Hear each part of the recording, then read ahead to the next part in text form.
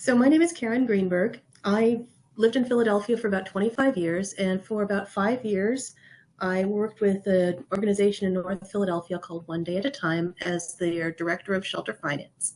I've since moved on to work for them as a consultant because there's a piece that I do, and the whole thing is much bigger than I am. What I'm here to talk about today, Lois invited me to speak to the group about the same-day work and pay program, which is a piece that I'm very happy to have been a part of. And first, I'll take you back in time to some of ODAAT's earlier work. ODAAT has been operating in North Philadelphia for 40 years, really, since the early 1980s. And all along, one of the things that they would do is they would say, okay, we've got people who are coming into shelter. And, you know, if you think about the stereotype of the person who's standing on the roadside with a sign that says, we'll work for food. They had people who said, you know, I need to get a few dollars in my pocket so that I can pay my brother back and then I can move back into his apartment. Okay, we're going to find some work for you. We'll give you some money to do the work, and then you can get your life a little bit back on track. That had been going on for a very long time, you know, informally. And over the last, I'd say, 5 years, there was a little bit of talk before COVID, but that was a major disruption. And so in the fall of, I want to say 2021, the city dedicated some funding through the Pennsylvania Horticultural Society to do cleanups on a same-day work and pay basis. And what this means is that people who are unemployed can show up and work for the day, and they will get paid $100 for their work the same day that they complete the work. It's usually cleanup work on sort of vacant lots or along neighborhood streets. And so to the extent that sometimes you do have community pushback saying, hold on, why are you bringing people into our neighborhood? Well, they're cleaning up the neighborhood. Your neighborhood is going to be better because this program is operating in your neighborhood. And it winds up being a little bit of a win-win that way. So who participates? It is limited to people who are currently unemployed. We try to make sure that if somebody is employed and looking to pick up a few extra shifts, they're not necessarily the target participant. They would be somebody who we would say, look, you've got a job, you are in a position to think about getting a better job. Let's see if we can help you find a more sustainable solution than just coming and doing this for the day. The barriers to entry, we keep them very low. The requirement is just that people have their I-9 documentation, which is effectively a social security card and a driver's license or a city ID.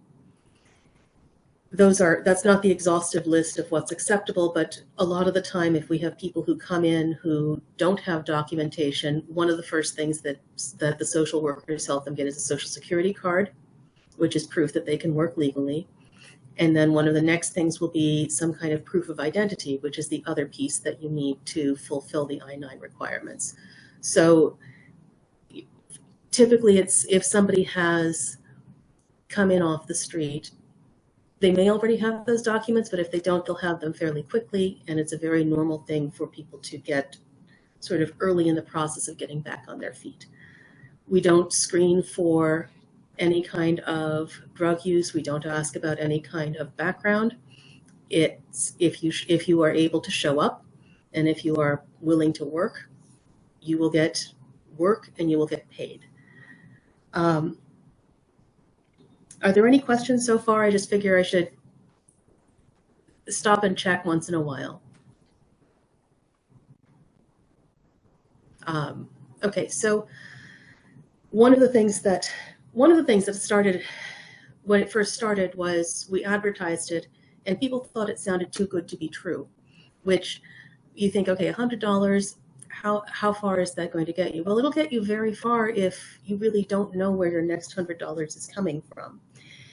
And as the program gained more traction and as it became more well known, at this point now, we routinely have waiting lists for participation, because we'll have a cohort of 20 for a given day, and we'll have 20 people who are ready to go, and we'll have 5 more people who have come in and said, look, I'd like to do this. If somebody doesn't show up, can I participate?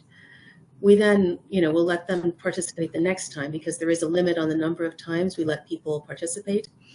But that, I think, speaks to both the need and the effectiveness of it, because you're not going to see advertisements. It's largely word of mouth, and it's also communication through sort of the social service networks. If somebody comes in, they're looking for a resource of some sort. If they're looking for a job, if they're interested in working, this is one of the things that will be put out there as an option for them. So what actually happens on a work day? I will speak just to what ODAAT does, but it is similar across other organizations as well. Participants are informed that we have their phone numbers. We call them to say, hey, this is where you need to be at 8 o'clock in the morning on your work day. When they arrive, if they need supplies, gloves, we will sometimes if it's winter and people don't have jackets, we do try to help them get appropriate outerwear and take care of them that way as well. I think, and that speaks to another avenue where people are brought in because they want the dignity of work. And if there is something else that they are missing, we will try to help them get that as well. John, did you have a question? No. Okay. I try to be conscious of going on and on and on. So as they start the workday, to typically clean up a series of lots or a series of blocks, the supervisory component is provided by a group of people who ODAAT refers to as the street team. They are people who 5 days a week will be out there doing cleanup work on a regular schedule. So there are specific areas they go to. Every Monday morning, they're cleaning up these blocks. Every Tuesday, they're cleaning up those blocks. And so they will have a designated time and day where they support same-day pay. And typically, these people on the street team have a similar background to the people who are coming in from same-day pay. So there's an element of mentorship. There's an element of sort of seeing, okay, somebody like me can hold down a job and be successful in this way. The street team also will sometimes hire people who have participated in same-day pay, not because there are so many opportunities that everybody gets one, but you say, okay, somebody's moved on for whatever reason. Here's somebody who showed up for same-day pay, was always on time, was always ready to go, has been asking, how do I get a job? How do I figure out, these are my goals. This is what I'm going to do. You say, okay, you know what? You can come and work over here. And that's part of what we try to implement is not just you showed up, you got some money, you go home, but you show up, you're working, you're talking to some people. If you articulate a hope or a dream or a need or a want, then we can help refer you to services to provide those wants or to help with those needs. Not everybody is interested, but if somebody is trying to find an avenue into getting help for whatever their problem is, this is an avenue that I think people find to be accessible in ways that sometimes going into a government office isn't. And it's also, I think, very powerful to see the people who are working full-time, who have had experience with homelessness, addiction, incarceration. And one other thing that we will do over the course of the day is we make sure that people get a meal. That's not something that you necessarily think of. It's not something that we advertise, but it's part of the workday. Is okay, you're stopping, you're going to have a break for lunch, and you're going to eat some lunch. And so you think about it as it's maybe just one day that week that that person sort of has everything set up for themselves, but it's a window into what the opportunity could look like if you're able to move forward and figure out how to develop a more sustainable plan for your life than whatever it is that you had been doing. So one of the questions that that people will have is, does this work? What does this accomplish besides just putting money in someone's pocket? What happens next? And I think that it's important, and it's also challenging to define the goals, because there's definitely the long-term goal of saying we'd like to make sure that everybody who comes in the door is either getting the help they need or moving towards economic stability. Realistically, the resources aren't there to cover all of that. But I think that the I-9 documentation is a very simple example. We know that everybody who comes in for same-day pay can legally work in the United States. And everybody who comes through will be told that, hey, these are the documents you need if you want to go into someplace that has a help wanted sign in the window. Bring these 2 documents, and that shows that you are legal to work. And if they say, well, do you have your documents? Do you have something? You say, well, here are documents I have that say I can work. Everybody walks out the door knowing that maybe there are other reasons they wouldn't get a job, but they can legally work and they can prove that they can legally work. And so if somebody was like, well, I don't want to go get a job at Target, they'll just send me away. Well, you might run across somebody who is rude to you. You might run across somebody who doesn't want to talk to you for whatever reason, but you should go in there knowing that you're qualified to work in the United States. And if the first place says no, it's not because you don't have the documents you need. You can go and get a job. Another way that we think about it, because where ODAAT operates in North Philadelphia, there are a number of employees who do outreach to people who are, the guy on the corner who's standing outside of a store, doesn't really have anywhere to go. You can't really quantify what happens with the guy on the corner. Maybe he just stands on the corner all day, but if he says, yeah, I'm looking to make a few bucks, this person now has a choice to do that in a legitimate legal way that helps his community. And if he's standing on the corner thinking, I don't know how I'm going to figure it out, my girlfriend needs diapers for the baby, it's Mother's Day coming up and I want to get something for my mom, where am I going to find money for this? What am I going to do? There's a legitimate avenue to do that in a way that doesn't hurt anybody, and do that in a way that doesn't get you in trouble with the authorities. So, our thinking is that there are a number of situations where maybe only a few people who participate in same-day pay would really be at risk to commit a nuisance crime or hold up a store to get the $100 from the till.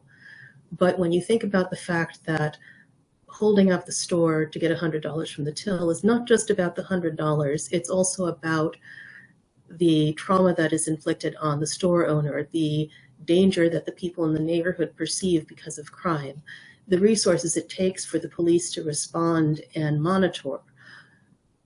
If you say, even,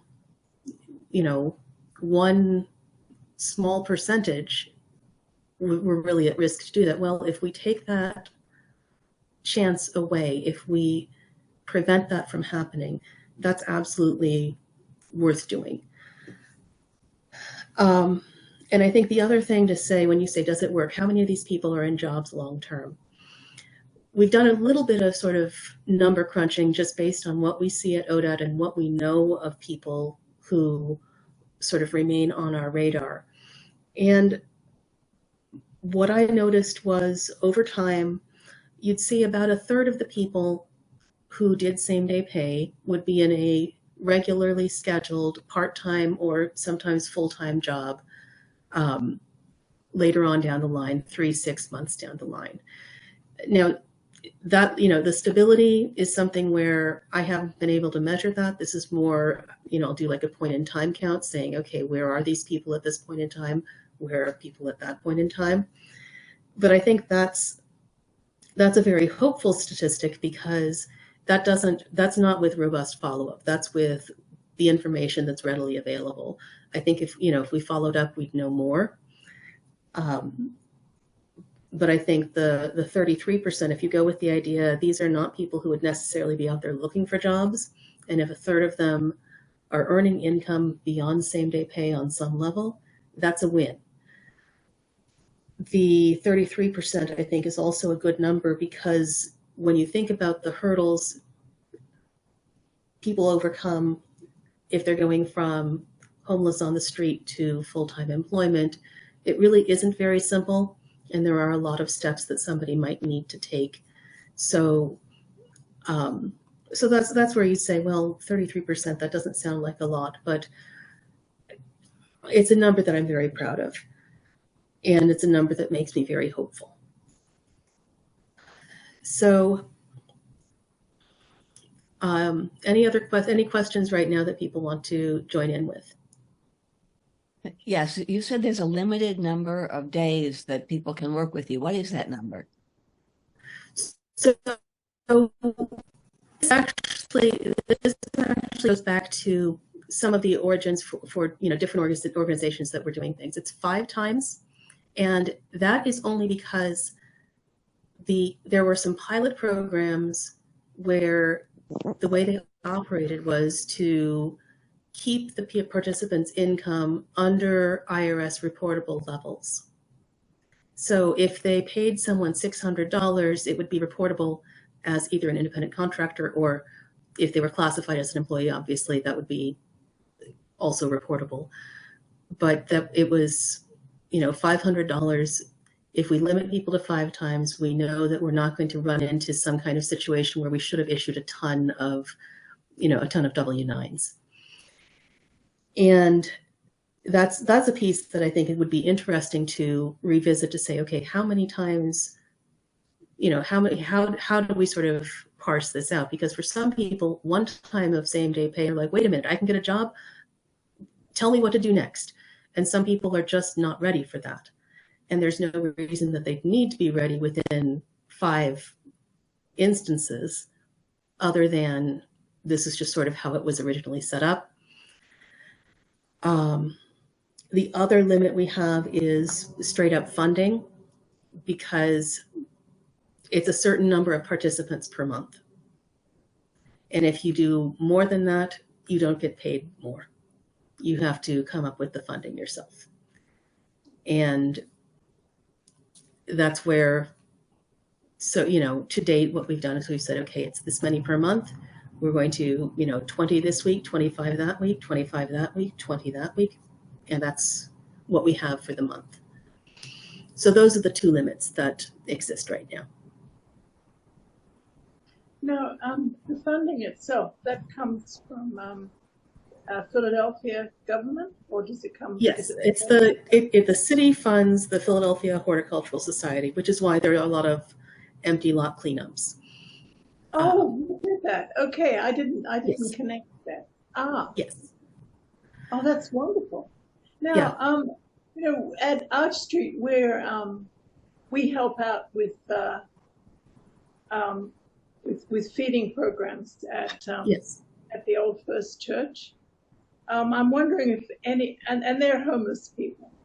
Yes. And I'm wondering because they're always talking about working.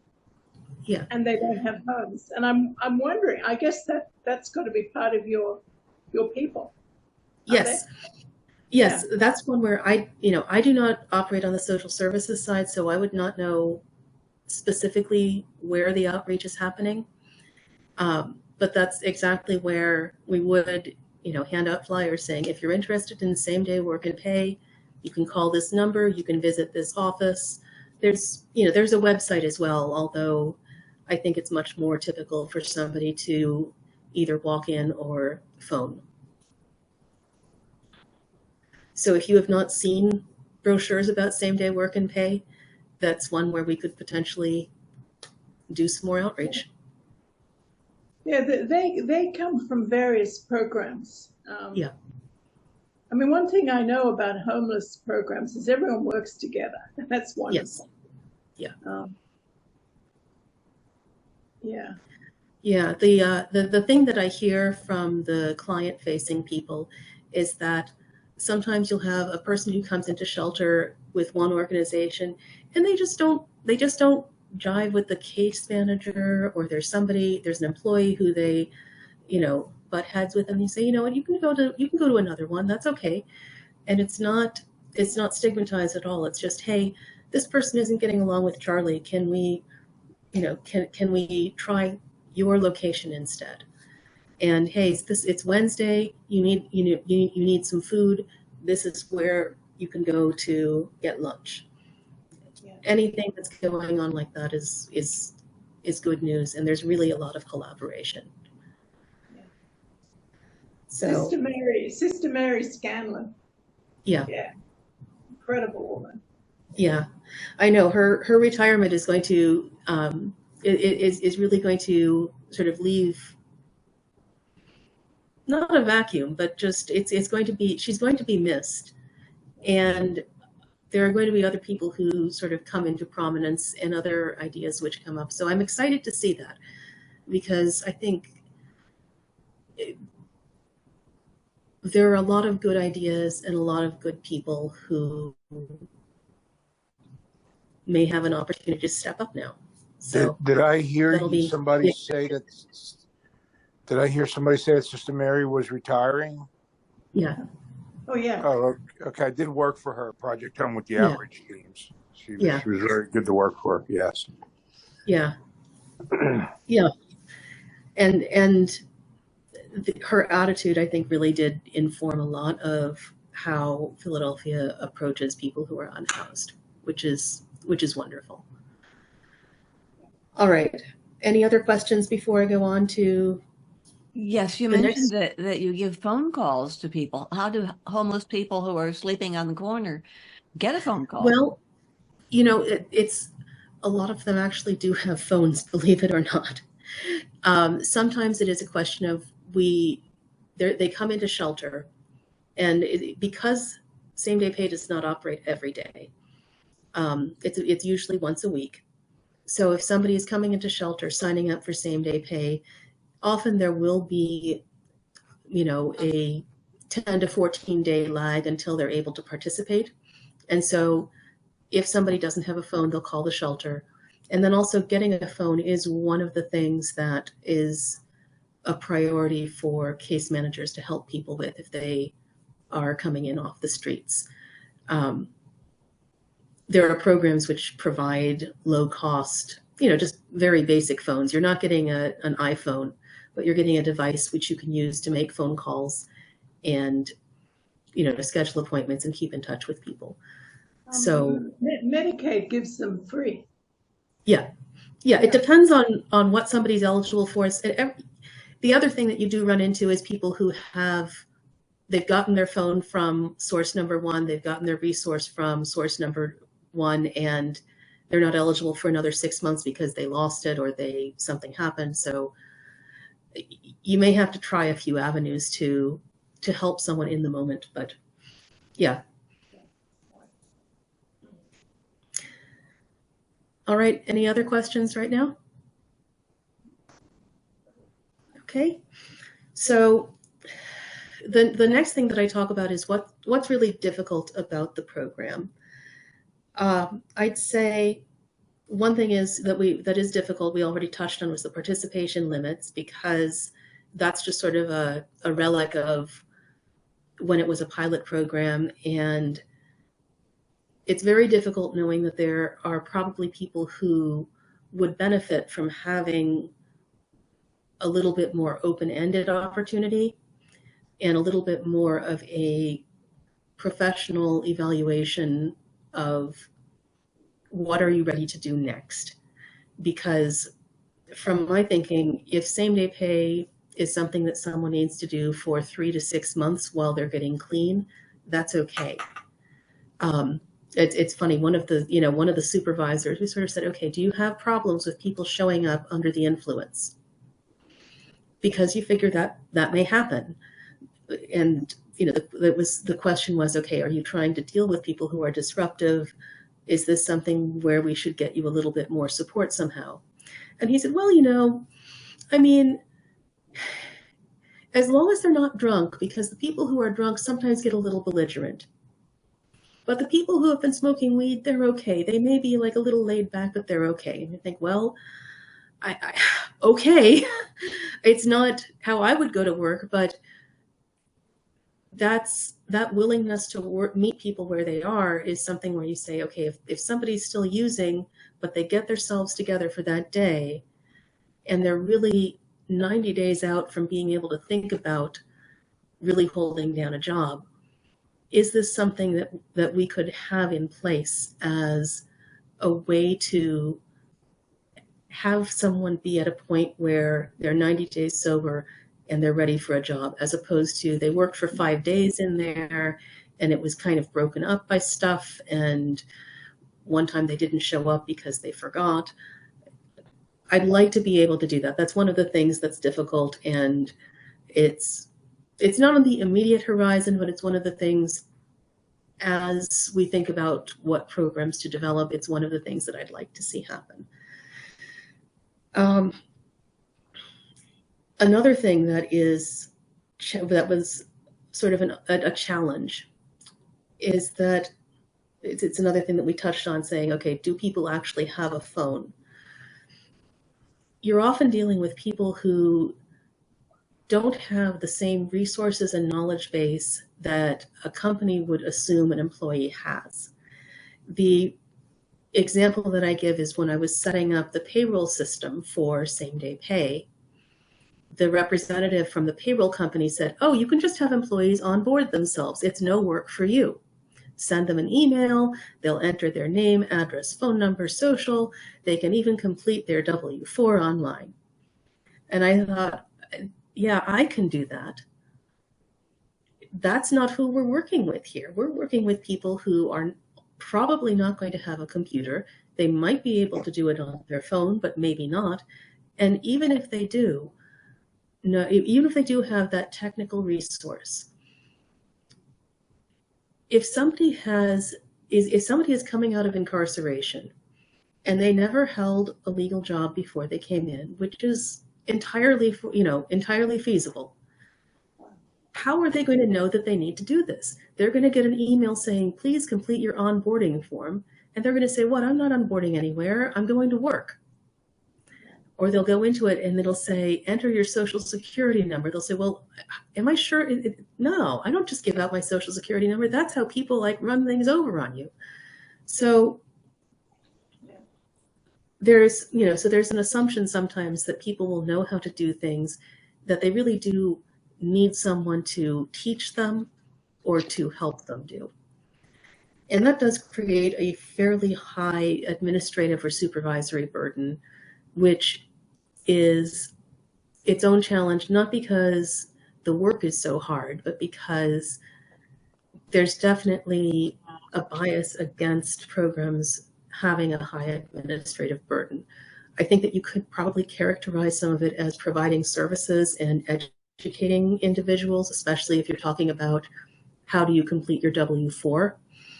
That's something where people need to be educated. The employer does not do that for them. So you say, okay, we need to have a social worker who helps people complete their W-4s. And then that's program operations, not overhead. But that's one where until you reach a point where you can hire that person, it's a little difficult to figure out how to make it all work. The supervisory piece is also a challenge. I I told the story about the supervisor who was comfortable dealing with people who were under the influence. Not everyone is, and you do have people who show up and really need a lot of guidance. You do occasionally have somebody show up who doesn't really want to work, and sometimes you say, you know what, you're not here to work. You can go home. You don't have to stay. You can come back another time. And the other thing that I think is a real challenge is, in order to analyze success and really think about how are we succeeding and where is the next good step to put in that would be really effective in helping people, that's one where I'm not sure the data exists, and I'm sure that we have some of it that we could capture and analyze, but especially when people may move on to a different shelter, a different job, it's hard to know. So those are some of the things that are challenging about it. At the same time, it's also, the positive outcomes are really positive. And that's where I think when we talk about what are the benefits, we already talked about the community cleanup, the nuisance crime deterrent, and the avenue to longer term success and stability, where it's an open door. And I think that one of the things that you see is people want to work, and when you give them avenues to find their way to work, and when you have somebody who says, no, you can work, you can get paid, here is your pay, you don't have to wait until next Friday, and you don't have to worry that somebody's going to disappear and cheat you out of your money. You worked, you got paid. That's how it goes, and that's what your future can be. I think that that's something that, coming from a position of privilege, I take for granted. But somebody who has had a harder life than I may not feel confident in that, and so having that happen can really be encouraging. And then, sort of the bigger picture, one of the other big picture things that I think about that I'm hoping to move towards more formally is, you take people who are on same day pay and you say, okay, here are some jobs you can apply to. About once a month, we try to have employers who are willing to hire formerly incarcerated individuals, formerly homeless individuals, come in and say, okay, do you want to fill out an application to work at the supermarket? Do you want to fill out an application to work for this organization over here? Do you want to fill out an organization? Do you want to come work for the street team? We try to have that happen on a regular basis so that people have that avenue. And, you think, what is a success story? Well, focusing only on the cleanup work and the lower skill labor, where you say, okay, somebody doesn't have to do anything besides work. You say, well, somebody could go from same day pay to part-time work for the street team to working for the streets department in the city, helping out with a trash truck. And now all of a sudden, somebody has gone from being on the corner with nothing to having a job with benefits, with a union, with a wage that's a living wage. And that's a real success. And that's the kind of thing that I'm very happy to see that we are able to do sometimes. That's something where you try to see that in every person who comes in the door, even though you know that every single person may not be ready for it. You believe that every person has that potential. So, other questions, reflections? When did it start? So the city funding, it started, I want to say, the fall of 2021. Okay, so Yeah. you've got three years. 3 years. Right. Okay. It's yeah. And it's going to continue? Yes, it's going to continue. I think whenever there's turnover politically, you figure there may be changes in funding. But I think that the new mayor very much wants to address some of the nuisance issues, which, again, it's cleaning up the streets and also taking people who are on the streets and trying to help them do something that's constructive in the community rather than, setting up their cardboard boxes and making people feel that the community is not someplace where business can happen, where they can go for a walk with their kids. I think she's very attuned to that, and I have no reason to believe that she wouldn't continue. Now, in 3 years, is it increasing? It has increased. I think that it's also some of what I think is, some different organizations have different difficulties. And I think that one of the things ODAAT does well is work with the human beings who come in. That you can have, you think about like a community development corp where they want to have some neighborhood cleanup. There's not always there's not always the staffing to say, okay, we're going to bring in 10 people to clean up. If you've got a CDC that has an executive director and nobody else, that's a very tough thing for that person to manage. So I think that there's some shifts, but I don't think that funding is going to go away, and I would expect it to go up, if anything, in part because some of what the city was doing 5 years ago was some initial efforts to engage with people who were up on Kensington Avenue and say, hey, can you come and do some work?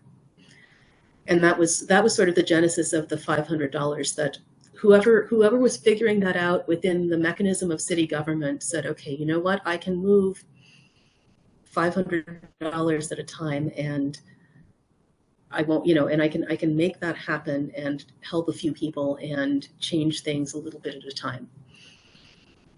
So that was sort of the sort of first city efforts. And I'm sure that's hidden in some line item somewhere that nobody knows where to find. But it was, that was one where the woman who was sort of working with that said, wait a minute, you guys are interested in doing this too? And I said, yeah, that's, we've got, 50 people in this building over here who have no home and who are trying to figure out what to do with their lives. And so if we can say, hands up, who wants to do something today? Who wants to earn some money? That's a good thing. They're active. They're thinking about what they want to do. And that's so much better than just sitting around watching TV or feeling, like their life is a mess. So. That's great. Yeah. How did you get into this? I mean, you sort of said something that I didn't understand how at all. Oh, sure. So, yeah, this is one where I was working with ODAAT in North Philly, and this was a little piece that was happening on the side. There would be a few $100s going out here and there for community cleanups, and that was fine. And as the project became bigger and as it became real, it was going through the city. ODAAT was one of the partners they wanted to work with, and I was the person who was doing the finances. So I was the person responsible for figuring out, how do we implement this? Because you can't just say, okay, here's a bunch of cash and let's just throw it all out there. You have to have a system you have to build a system. As far as how I got involved with One Day at a Time in the first place, we have lived up in Fairmount for most of the time we've been here in Philadelphia. And we had heard about the organization through a friend of a friend. And what we heard, the reputation that ODAAT had was they have some very direct avenues to help. And so if you go there and say, I'd like to help out with something, it's very direct. I think that the first thing we did with them was their Thanksgiving dinner, which is, it's a community event, but it's based out of in their shelter. So everybody who's in shelter needs a Thanksgiving dinner. They know that there are going to be people in the community who also need a Thanksgiving dinner. And so they'll bring in some volunteers to assist, and that's where we would come in and help out. And rather than put up a poster saying, oh, come here if you don't have food, they'll put out the word that, hey, we're doing our Thanksgiving again this year. We're going to be doing Thanksgiving this year. And they'll literally go around and knock on doors and make sure that people have food for Thanksgiving. Wow. Yeah. And that, again, some of that is community relations, because if you think, do you want to have a homeless shelter on your block? NIMBYism kicks in. Do I really want that? What's going to happen? What kind of behaviors am I going to see? What kind of people are going to be coming in? Is it going to be disruptive? But if you say, okay, there's a shelter on the block, but part of what we do as a shelter is we check on the community around the shelter and try to make sure that if you're missing something, if you're looking for something, if you have somebody who is in need, let us know.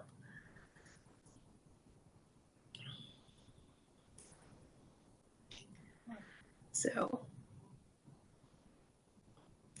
other questions? Are there any organizations besides the street department that you help people get jobs with? That's one of the pieces where it becomes kind of diffuse, because not all participants are in ODAAT's shelters. And so it's really easy to lose track. And that's a piece where it's been a little scattershot. The Brown's ShopRite, that group of grocery stores has been very open to hiring people to bring in. We also have people who move into positions where they're doing some very, sort of peer support work in homeless shelters and peer support work with addiction counseling, not professional counseling work, but somebody who will be there to sort of help watch the site. So think along the lines of somebody who is in the reception area. They may not be an administrative assistant, but they're there to greet people and talk to people while they wait and say, okay, you're coming in for help. I've been there. It's okay. You have to wait a little bit to see this person, but it's worth it. Tell me your story. Tell me what's going on. And those are not high wage jobs, but they are largely city jobs. And the city has the minimum wage for the city is now $15.71. It's designed to be a living wage. If it's a part-time job, obviously it's not a living wage, but those are some of the most frequent things that people move into. And do you have jobs for people who are not physically capable of cleanup? That is one of the other things I want to work on. The thing that we've been talking about is some of the interior cleaning is much lighter, and also support with catering type work. So we're selling tables for a large event. But that's one of the things that I think is a real hardship for a lot of people, because the PHS focus really is on beautification outdoors. And that's hard and heavy work. It's not for everyone. Yes. Hi, I had a question. During the mayoral build-up for the campaign, there was a fair amount of attention on Jeff Brown and his ShopRite operations, yes, and where he has hired, or at least the way it was put, is that he made an effort to hire many inner city employees. So I just wondered if that is something that if that is a possible option or something that you've actually pursued. Yes. Yes. Yeah. Brown's ShopRite will hire people coming out of our shelters and coming out of same-day pay. They're very receptive. And that's one where I think, you always hear the headline from the person at the top, but what I've heard from the store managers is that, yeah, go ahead and bring someone by. We'll talk to them. And I think there's always a little bit of hesitation when you say, okay, it's somebody who has a rough background, what am I getting into? But that's where I think, part of what I'm talking about, where we say, okay, is limiting someone to 5 same-day pay instances really constructive? There will be some people who need 10 before you can say, why don't you go see if you can get an interview at the grocery store? Others, it'll be 1 or 2 times, go get your interview at the grocery store. So that's one where there's a little bit of support that people will need to make that transition. But that's something that anytime I have heard of staff checking in with one of the Brown's ShopRite managers, it's the managers. It's not like they're calling Jeff Brown or telling us that loss. They say, hey, would it be okay to send someone? The answer is yes. Now, they may not get the job if they show up late, if they show up, and curse someone out, but yes, you can send someone up to us. Sounds good. So, yeah. All right, other questions? Yeah. Where are you now? You said you're not in Philadelphia anymore? Oh, no, I am in Philadelphia. I am no longer employed with ODAAT. I work as a consultant with them. I see. Okay. I wish I were in Puerto Rico. Come visit. So many Yes. people show up there. You wouldn't believe it. Yeah. So, Every yeah. day I walk down the street Yeah. and someone's talking about Philadelphia. Yeah. That's great. It's great the work you're doing. They had a 40th anniversary gathering at the Old First Church. I suppose it's 2 years ago. And the pastor, who was the first woman pastor of the church, she explained how everything started in 1984, when suddenly all these men were out in the streets. And from what I understand, a whole lot of churches they immediately reacted, and they immediately decided they needed to put something in place.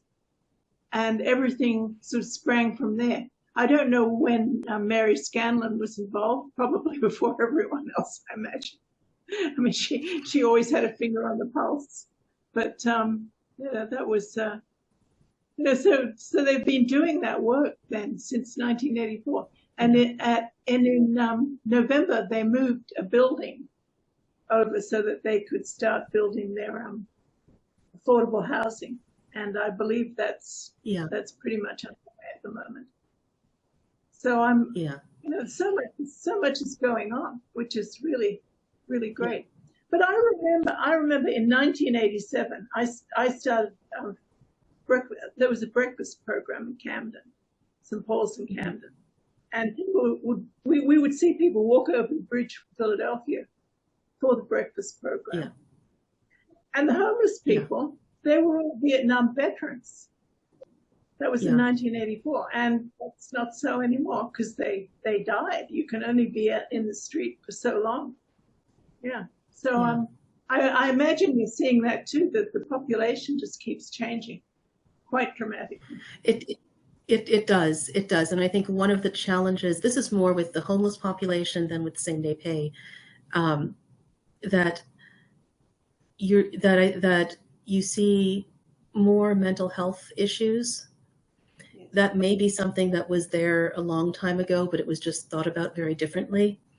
So I'm not sure the incidence is necessarily greater, but the awareness and the approach is different than it would have been 40 years ago and even 20 years ago. The other thing that is that feels like it's constantly changing is when people are using substances, what they're using and what effect it has can be, there's an older person I spoke to who, his take on marijuana was, it's a lot stronger now than it used to be. And I don't, I can't go back in time and judge that, but that's where what we see is, okay, now everything has fentanyl in it. Now everything has tranq in it. And the people who are struggling with addiction are going to take whatever is there. And that's a piece which I think is tremendously challenging, because what you're putting into your body is going to affect you, and it's going to affect what you need in order to deal with the consequences of your addiction. So that's a piece where it's a struggle, because what was needed 10 years ago is not what's needed now. And it's less, the same day people tend to be a little bit farther in their recovery journey, but somebody who's on the street may be just taking all kinds of things that have just a terrible effect. You're muted. So, John, you're muted. Hi, I have a question. okay. When I worked with the homeless Yes. population, one of the problems was mental health and substance abuse, of course, double whammy. Yeah. One of the problems we've had is if we could get somebody into a shelter and then they would have to get Medicare and Medicaid, and they haven't had their substances to stop the voices to whatever, and they're jonesing. It took so long for SSRIs to start working on people that were, now I think the medications are acting faster. I'm a person on medication. And have you seen a quicker changeover to actually getting somebody into a long-term situation because of that? Or So that's hard for me to say, because I don't spend a lot of time on the clinical side. okay. My son, the way that things tend to work at ODAAT is you will have people who are in shelter and who, we don't put an expiration date on it. And so if it's taking 6 weeks, 12 weeks for somebody to figure out their medications and get stable, that's okay. Okay. And that's, obviously if it's taking you 6 weeks, 12 weeks longer, you have that much more of a horizon before you wind up sort of ready to move on. But Right. It's like, okay, if you need some time if it takes some time to figure this out, you can take some time to figure this out. Okay, so the system does allow for time management, and yes. Correct. There are some facilities that are sort of much tighter, where you say, okay, you've got 30 days here and then you need to move on to something else.